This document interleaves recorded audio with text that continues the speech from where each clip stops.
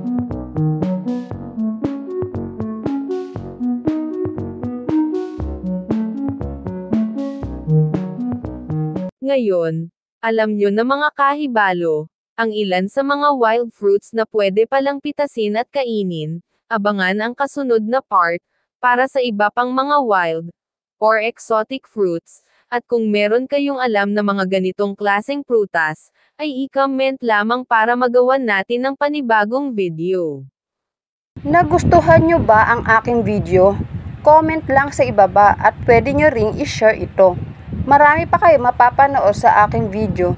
Pili lang kayo sa kanan o kaliwa na magugustuhan nyong video. Pwede rin i-click ang aking YouTube channel at pumili ng mapupusuan nyong video. Talaga maaaliw ka sa aking mga video at marami kang makukuha na kaalaman dito. Hanggang sa muli.